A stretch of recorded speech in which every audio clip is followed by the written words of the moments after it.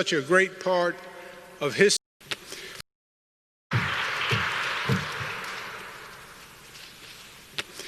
Well, thank you very much. It's truly my pleasure and honor to be here. And first, to the Reverend Michael Livingston in Riverside Church. This church is such a great part of history, but it is not resting on its laurels. It is shaping a better future for all of us. And Reverend, we are all grateful for your leadership, and we thank you for what you're doing. Let's give the Reverend a round of applause.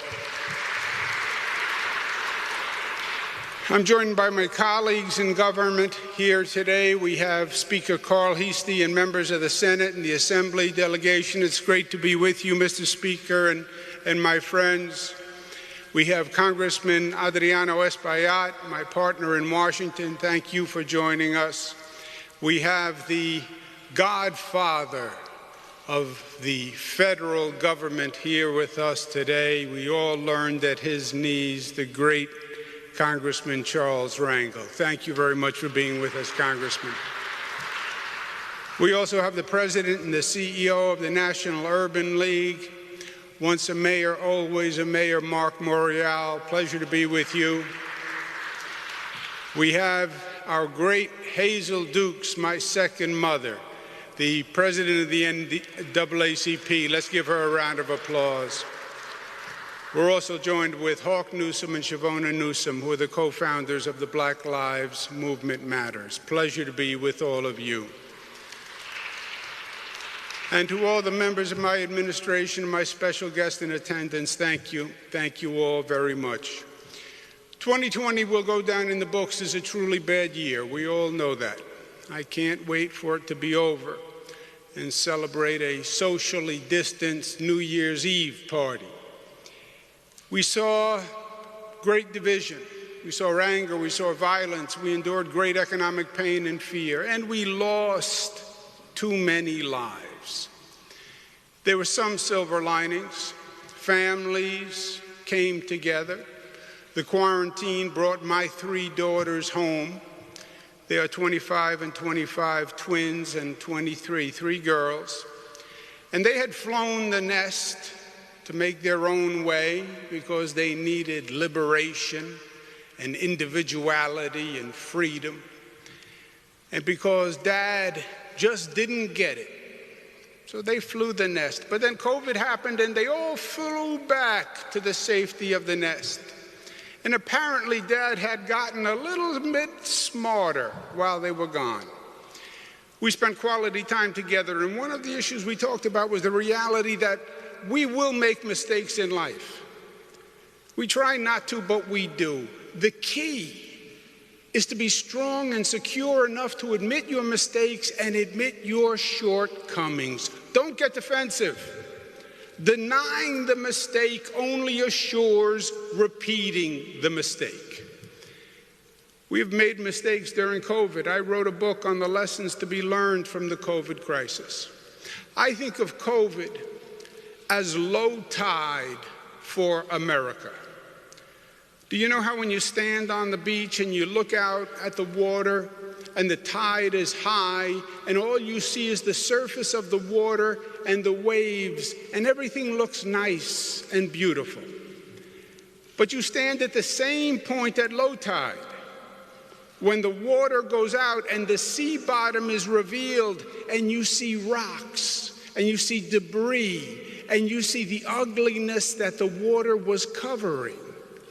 COVID was low tide in America, and it showed us the ugliness and flaws deep down in our society. And if we are smart and if we are secure, we must now acknowledge the ugliness and correct it as we go forward.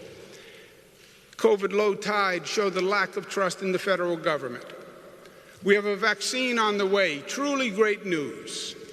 But polls say 50% of the American people say they would not take the vaccine if it were available today because they don't trust the way this federal government has politicized the process.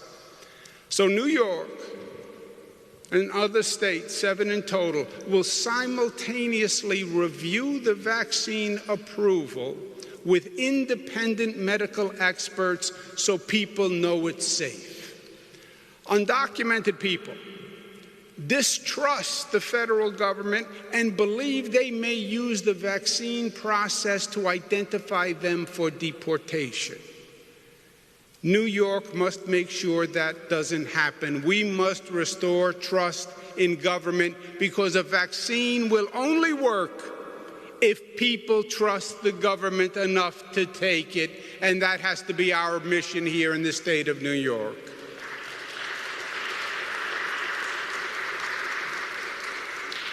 COVID low tide in America showed us the federal government's incompetence.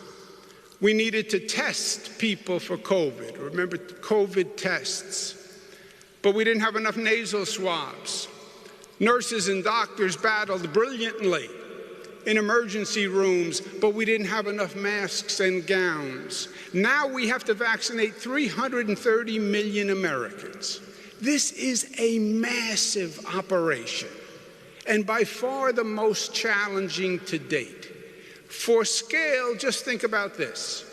Over the past 8 months in this nation, with everyone doing COVID tests, hospitals, doctors' offices, government, we've done 120 million COVID tests. How long will it take us to administer 330 million vaccines? The federal government must learn from its mistakes and dedicate the resources and supplies to get the job done right this time. Rhetoric only goes so far. We don't want to hear anymore. We want actions because it is results that matter at the end of the day. COVID low tide in America also showed us the deep inequality in our country and the systemic discrimination in this nation. That is the sad reality. And we must have the courage to face it and to admit it, because you will never solve a problem that you are unwilling to admit. The truth is, COVID killed black people in this country at twice the rate of white people. The truth is, COVID killed Hispanic people at 1.5 times the rate of white people. Those are ugly facts. The COVID infection rate was 2.5 times higher among black and Hispanic people. And the hospitalization rate for black and Hispanic patients was over 3 times higher compared to white patients. Those are ugly facts. COVID low tide showed that the existing health disparities in this country made it more likely that blacks would die from the virus. Black populations are 1.7 times more likely to have diabetes, 1.4 times more likely to have hypertension, 1.3 times more likely to face obesity, and 3 times more likely to have asthma. Those are the ugly facts. So now the vaccine is on the way. Great news. But the big question now is, who gets the vaccine?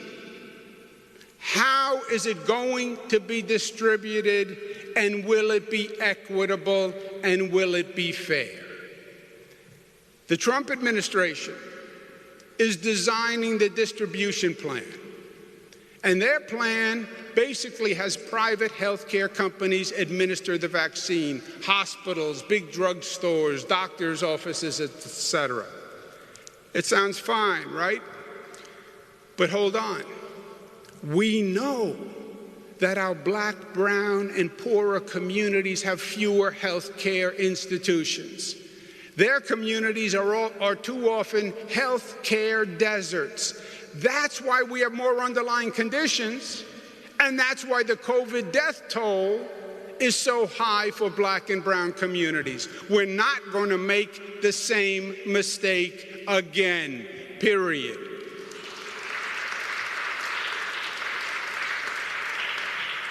Majority black zip codes are 67% more likely to face a shortage of primary care doctors. The President talks about CVS and Walgreens and national chains. Sure, but they are mainly located in rich communities, not in poor communities. My friends, we can't compound the racial injustice that COVID already created.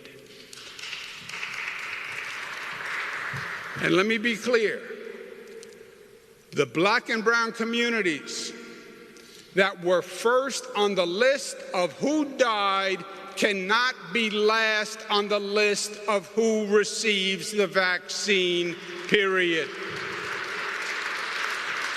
We cannot and we will not let that happen. The Reverend Dr. King, who spoke in this magnificent church, said of all the forms of inequality, injustice in health is the most shocking and the most inhumane because it often results in physical death. COVID proved Dr. King right. We need to make special efforts for the vaccine to reach the underserved black, brown, and poor communities. The private market alone will not do it.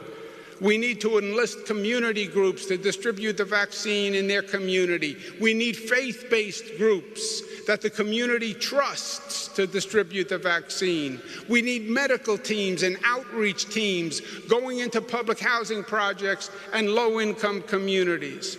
New York State will mobilize an army to vaccinate all New Yorkers fairly, equitably. No state will do it better. Speaker Carl Heastie is here, the Assembly is here, the Senate is here, we've discussed it. We will do a better job than any state in the nation. That is our promise. But we need the federal resources to do it. New York State already has a $15 billion deficit. The federal government has been starving state and local governments, and they know it. Their own federal government, CDC, says it will cost $6.6 billion to do a fair distribution program. They've only provided $140 million. All this federal government does is point fingers. It's about time they look in the mirror. Don't tell us it's a state's responsibility without giving the state the resources to do the job. You fool no one. We call that in New York passing the buck without passing the bucks, and you're not going to get away with it anymore. President Trump must learn the lesson. Stop the abuse. Stop the division. Stop the anger. Stop the hatred. Stop the narcissism. And spend your last months actually trying to help people and repairing the damage you have done. Who gets the vaccine and who doesn't get the vaccine is not just a question of morality and principle. It's a legal question. I've tried to work with the Trump administration and argue morality and principle for 4 years. You're better off trying to argue with a rock. But it's not just about morality. I hope the Trump administration opens their eyes, but I'm dubious. I'm not going to allow New Yorkers to be bullied or to be abused. I'm not going to allow the injustice to continue. So let's look at the law. There can be no more fundamental right in this moment than access to the vaccine. Any plan that intentionally burdens communities of color to hinder access to the vaccine deprives those communities of equal protection under the law, and equal protection is enshrined in the Constitution of these United States. The Supreme Court held in Plyer versus Doe, 1982, denial of certain basic rights to, and I quote, an isolated group poses an affront to one of the goals of the Equal Protection Clause. The Trump administration's proposed plan is such an affront. I tell you today, if the Trump administration does not change this plan and does not provide an equitable vaccine process, we will enforce our legal rights. We will bring legal action to protect New Yorkers. The state of New York will join with the Urban League and Mark Morial and Arva Rice and the NAACP, Hazel Dukes and Derek Johnson, and we will fight to make sure every life is protected equally, because enough people have died and enough injustice has been done during COVID. It stops now. It stops with this vaccine. And it's not just right for the black and brown community. It's smart for everyone, because the virus shows us the simple truth. Unless everyone is protected, no one is protected. COVID doesn't discriminate. Neither should we. As Dr. King said, we are caught in an inescapable network of mutuality tied in a single garment of destiny. Whatever affects one directly affects all indirectly. COVID was low tide, and we saw our ugliness. The truth is, COVID is not the only virus attacking us. We are being attacked by other viruses. COVID weakened our immune system. And when your immune system is weakened, then you get attacked by other viruses. And that's what happened to America. We're being attacked by multiple viruses at the same time. And we must fight them all. Because racism is a virus, and sexism is a virus, and discrimination is a virus, and injustice is a virus, and division is a virus, and distrust is a virus, and abuse of power is a virus, and hatred is a virus. And our America is better than this. Our America is strong enough to admit her mistakes and to grow from them. Our America is not a low-tide America. Our America is a high-tide America. Our America rises up and confronts that which diminishes our belief in our America's potential and promise. Remember Langston Hughes. Our America is the dream the dreamers dreamed. Let it be that great, strong land of love. Oh, yes. I say it plain, America never was America to me, and yet I swear this oath, America will be, and New York will lead the way. Thank you, and God bless you. Thank you.